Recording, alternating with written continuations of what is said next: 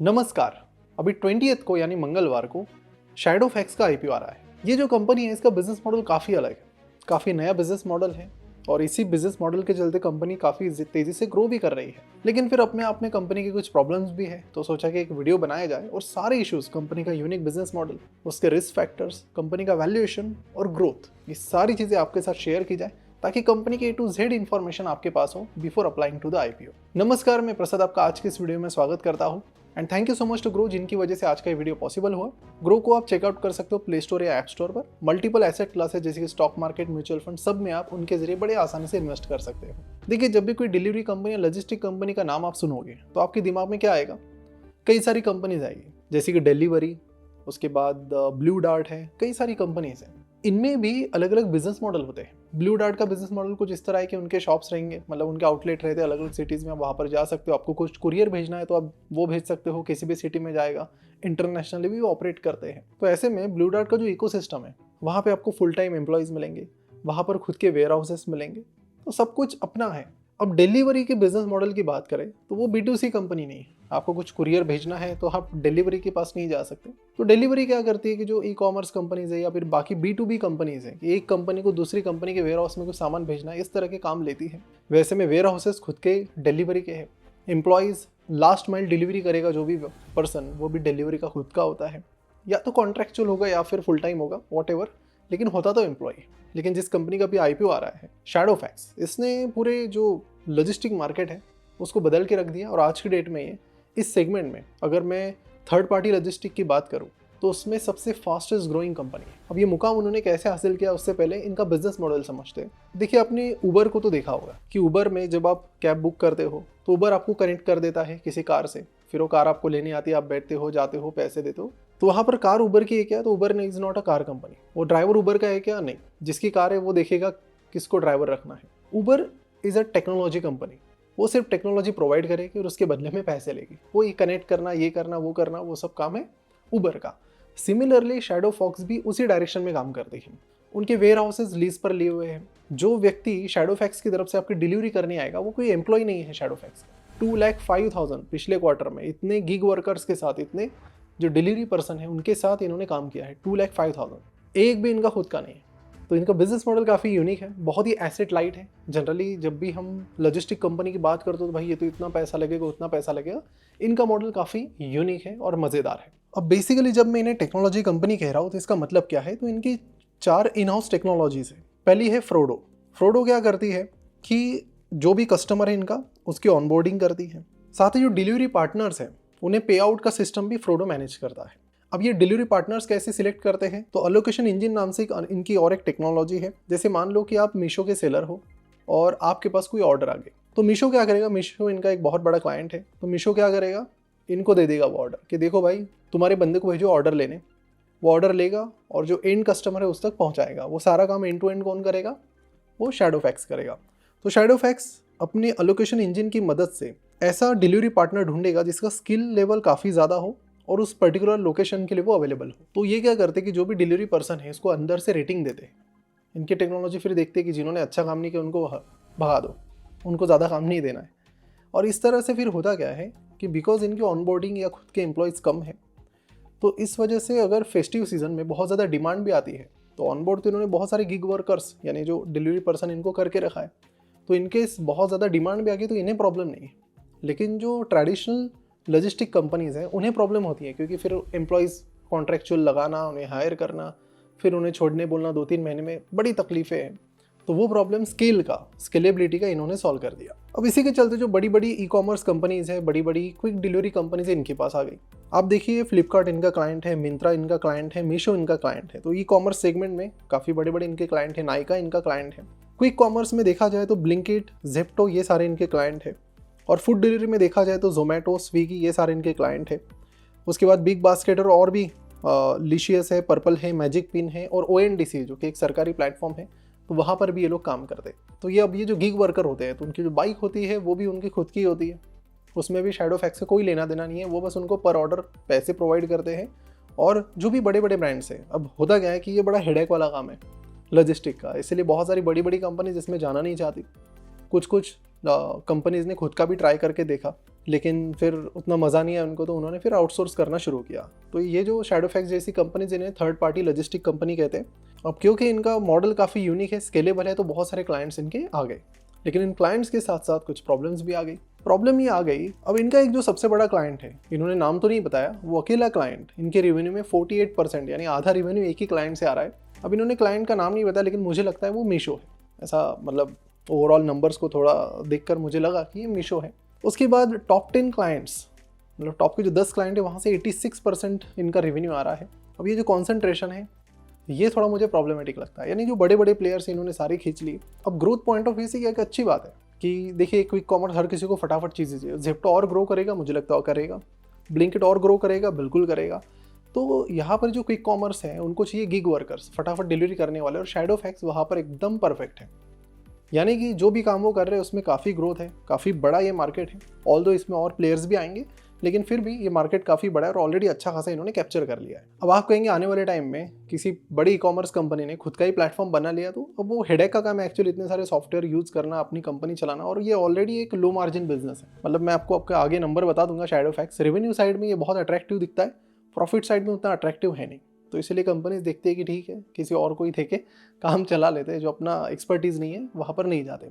लेकिन फिर इतना ज़्यादा कॉन्सेंट्रेशन अगर आपका है, मान लो वो जो भी इनका बड़ा क्लाइंट है रातों रात चला जाता है, तो इनका पिछले फाइनेंशियल ईयर में जो रेवेन्यू आया है 2500 करोड़ का, वो फिर सीधा आधा हो जाएगा, लगभग 1200-1300 करोड़ का हो जाएगा। अब ऐसे में कंपनी के लिए बड़ी प्रॉब्लम है ये। तो इसको भी सभी जो इन्वेस्टर्स हैं उनको ध्यान में रखना चाहिए। जनरली किसी भी कंपनी में आइडियल चीज़ नहीं है। अब इसको मिटिगेट करने के लिए ये जो कंपनी है, ये कई सारी तरकीबें कर रहे हैं। जैसे कि इन्होंने D2C क्लाइंट्स को कैप्चर करना शुरू किया। D2C मतलब एक मीट, यानी फिश, चिकन, मटन बेचने वाली वेबसाइट है लिशियस। तो लिशियस को उन्होंने ऑनबोर्ड किया। तो ऐसे छोटे मोटे जितने भी हैं, पर्पल करके एक ब्यूटी प्रोडक्ट में है कंपनी, उसको इन्होंने ऑनबोर्ड कर लिया। तो ऐसे कई सारे जो कंपनीज हैं, इनको ऑनबोर्ड कर रहे हैं, ताकि ये जो टॉप प्लेयर्स हैं इनके ऊपर की डिपेंडेंसी चली जाए। क्योंकि आज के डेट में आप देखोगे तो D2C कंपनीज मतलब जो ऑनलाइन प्रोडक्ट बेचती है और सीधा कस्टमर को डिलीवर करती है, वो कंपनीज काफ़ी चर्चा में है, काफ़ी बूम में पर है उनका मार्केट, और उस सेगमेंट को भी ये कैप्चर करना चाहते हैं। लेकिन फिलहाल तो कॉन्सेंट्रेशन का रिस्क ज़्यादा तो है। अब ये तो हो गया इनका बिजनेस मॉडल और उनका जो यूएसपी है। यूएसपी मतलब स्पेशलिटी, मतलब यूनिक सेलिंग प्रोपोजिशन। तो वो है इनका स्केलेबिलिटी, काफ़ी स्केल कर सकते हैं, काफ़ी एसेट लाइट मॉडल है। जिस हिसाब से कंपनीज की डिमांड बढ़ रही है, उनको गिग वर्कर्स लगते हैं, तो वो इनके पास है, तो सॉर्टेड। अब ये जो इनका मॉडल है, ये इतना अच्छा लगा इनके क्लाइंट्स को, जिसके चलते इनका third party logistic, express logistic में जो मार्केट शेयर है वो 2022 में मात्र 8% था, और अभी ये चला गया है सीधा 23% पर।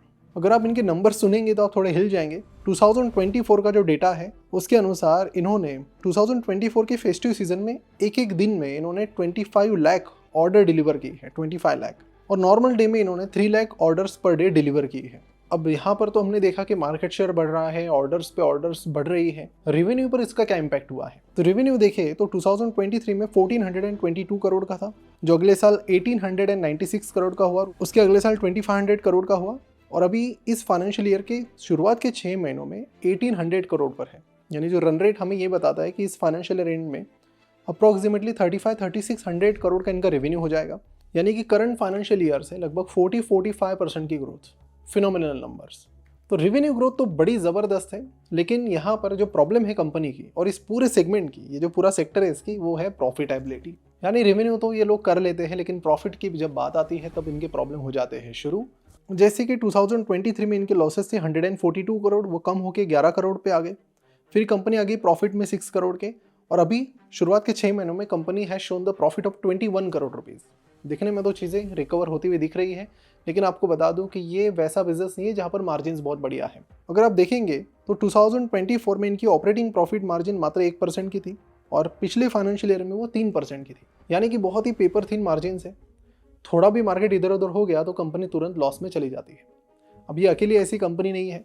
अगर इसी सेगमेंट में काम करने वाली और 2022 में लिस्टेड कंपनी डिलीवरी की बात हम करें तो delivery has also grown very well. अब देखिए 2020 में कंपनी का रेवेन्यू कितना था, 2781 करोड़ का। करेंटली वो चल रहा है 9400 करोड़ का। यानी कि पिछले 5-5.5 सालों में कंपनी का रेवेन्यू 250% से ज़्यादा बढ़ चुका है।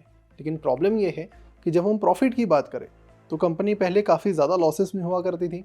बीच में 2022-23 में कंपनी को 1000 करोड़ के भी लॉसेस हुए, लेकिन अब थोड़ी बहुत रिकवरी नज़र आ रही है यहाँ पर कि कंपनी प्रॉफिट में आ गई है। लेकिन यहाँ पर भी आप ओपीएम देखोगे डिलीवरी का ऑपरेटिंग प्रॉफिट मार्जिन, तो इट इज स्टिल एट 2%, 2%, 4%, 5%। तो ऐसे पेपर थिन मार्जिन में ये जो प्रॉब्लम है लॉस का, ये आपको आने वाले टाइम में भी मिलता हुआ दिखेगा। और फिर इसी चीज़ के चलते कि रेवेन्यू की ग्रोथ यहाँ पर हुई है। 2022 में डिलीवरी का आईपीओ आया था, कितने रुपए पर आया था याद है आपको? यह आईपीओ आया था 487 रुपीज़ पर, इसकी लिस्टिंग हो गई 495 रुपीज़ पर। आज शेयर प्राइस क्या है? आफ्टर 3.5 ईयर्स कितने रिटर्न इस कंपनी ने दिए, जाकर आप देखिए तो पता चलेगा कि company current share price is 401 रुपी। यानी कि जहां से कंपनी ने अपने आईपीओ में शुरुआत की उससे भी कम प्राइस पर यह शेयर अभी ट्रेड हो रहा है और शेयर होल्डर्स ने कुछ भी नहीं कमाया। रीजन बीइंग कि अल्टीमेटली देखिए, आप कोई भी बिजनेस कर रहे हो तो आप प्रॉफिट के लिए बैठे हो, अगर प्रॉफिट के लिए नहीं बैठे हो तो आप एनजीओ हो। लेकिन यहाँ पर इस पर्टिकुलर सेगमेंट में प्रॉब्लम यही है कि यू डू वेरी वेल, सारे नंबर्स बेटर है, टेक्नोलॉजी बेटर है, इनका तो फिर भी एसेट लाइट मॉडल है, लेकिन फिर भी दे आर स्ट्रगलिंग। इनकी cash generate from operating activities यानी कि जो सीएफओ है उस पर अगर हम नज़र डालें तो वो पिछले दोनों सालों में निगेटिव है। 2024 में इनका जो कैश फ्लो है वो निगेटिव 311 करोड़ का था और 2025 में ये निगेटिव 119 करोड़ था। यानी कि प्रॉफिट कैश में नहीं तब्दील हो रहा है और ये एक बहुत बड़ा प्रॉब्लम इस सेगमेंट का है। अगर लॉस मेकिंग कंपनीज की पास्ट की अगर केस स्टडीज देखी जाए, ओला का एग्जांपल ले लीजिए, आप नाइका का एग्जांपल ले लीजिए, पेटीएम का एग्जांपल ले लीजिए, एक हाथ दो अगर छोड़े जाए एक्सेप्शन, तो सब लॉस मेकिंग कंपनीज बाद में, मतलब ये क्या होता है इनका कि जब इनका आईपीओ आता है तो अचानक से प्रॉफिटेबल तो हो जाती है, लेकिन जैसे ही आईपीओ का काम हो गया तो फिर से ये लॉस दिखाना शुरू कर देती है और मेजोरिटी केसेस में यही दिखते नजर आया है। तो अगर आप ज़्यादा रिस्क नहीं लेना चाहते तो आई थिंक इस सेगमेंट में आपको जाना भी नहीं चाहिए, क्योंकि ये थोड़ा प्रॉब्लमेटिक ही सेक्टर है। और रही बात वैल्यूएशन की, तो कंपनी का छोटा मोटा ही प्रॉफिट है, तो उसके बेसिस पर कंपनी का जो पी रेशो निकल कर आ रहा है वो है 170 का, जिसके चलते कंपनी का मार्केट कैपिटलाइजेशन बनकर आएगा 7,168 करोड़ का। तो 6 करोड़ की प्रॉफिट वाली कंपनी आज मार्केट कैप लेकर आ रही है 7,168 करोड़ का। रेवेन्यू इसका इस साल लगभग 35-3600 करोड़ हो जाएगा। But again I am telling you कि इस सेक्टर में रेवेन्यू ज़्यादा मैटर नहीं करता है, मैटर करता है वो प्रॉफिट, और प्रॉफिट यहाँ पर नहीं है। और शायद यही, और इसमें क्या है कि रिसेंटली बहुत सारी कंपनीज ने देखा, हमने लेंस कार्ड में देखा, बाकी कंपनीज में देखा कि इवन दो इन्होंने बहुत क्रेजी हाई वैल्यूएशन पर आईपीओज लाए फिर भी लोगों ने लिए, तो इसीलिए बाकी कंपनीज भी अभी उसी डायरेक्शन में जा रही है। Nobody is thinking about the discount to the retail investors. सब लोग सोच रहे कि यार ले लेंगे, थोड़ी गालियाँ बकेंगे 2-4 दिन, बट बाद में हमको तो ओनर्स को तो फ़ायदा ही है, बाकी प्रमोटर्स को भी फ़ायदा ही है। So everybody is now bringing the IPO at a bit high valuation. तो यहाँ पर भी मुझे लगता है अगर आपको पी रेशियो और बाकी चीज़ें ज़्यादा ही रखनी है, वैल्यूएशन ज़्यादा ही रखना है, तो एटलीस्ट पहले ढंग का प्रॉफिट बनाओ और उसके बाद आप कंपनी का आईपीओ लाओ। लेकिन यहाँ पर अगेन वैल्यूएशन वाइज, और इसीलिए मुझे लगता है कि वीडियो रिकॉर्ड करते टाइम जो ग्रे मार्केट प्रीमियम है, जो लिस्टिंग गेन के लिए जनरली थोड़ा देखा जाता है, तो वो भी मात्र 8 रुपीज़ का फिलहाल है। तो ओवरऑल देखा जाए, अगर मैं समराइज़ करूँ इस पूरे आईपीओ को, बिजनेस मॉडल बहुत बढ़िया है, कंपनी बहुत अच्छा कर रही है रेवेन्यू वाइज, हर एक चीज़ में कंपनी ग्रो कर रही है। और कंपनी जिस सेगमेंट में है, मैं आपको बता रहा हूँ कि company is going to grow a lot revenue wise, लेकिन when it comes to profit वहाँ पर, क्योंकि देखिए कितना भी कुछ हो, आप कितना भी एसेट लाइट यहाँ पर लाओ, लेकिन फिर भी कंपनी को एम्प्लॉयज़ तो रखने ही पड़ते हैं। 2023 में कंपनी के परमानेंट एम्प्लॉयज़ 2100 के आसपास थे, जो अभी 4400 हो चुके हैं। और उसके बाद जो कॉन्ट्रैक्चुअल बेसिस पर इनकी मैन पावर है वो 2023 में 6000 थी, वो अभी 17,000 हो चुकी है, 3 गुना बढ़ चुकी है। तो जैसा बिजनेस बढ़ रहा है वैसे एक्सपेंसेस भी तेज़ी से बढ़ रहे हैं। और इस सेक्टर में और एक प्रॉब्लम ये भी है कि अट्रिशन रेट बहुत ज़्यादा होता है, यानी लोग कंपनी को छोड़ के जाने का जो नंबर है वो बहुत ज़्यादा होता है। यहाँ पे बहुत लोग कंपनी को छोड़ के जाते हैं, तो अट्रिशन रेट इनका ऑन एन एवरेज 55% का रहा है। 100 लोग इन्होंने हायर किए, तो मान लो अगले साल 45 ही रहे कंपनी में, 55 छोड़ के चले गए। This is the case. तो ऐसे में उनको पकड़ के रखना और वो जो एक्सपेंडिचर है हायर करना वगैरह, ट्रेन करना, वो भी काफ़ी ज़्यादा होता है। तो sector is revenue wise good, profit wise not that good.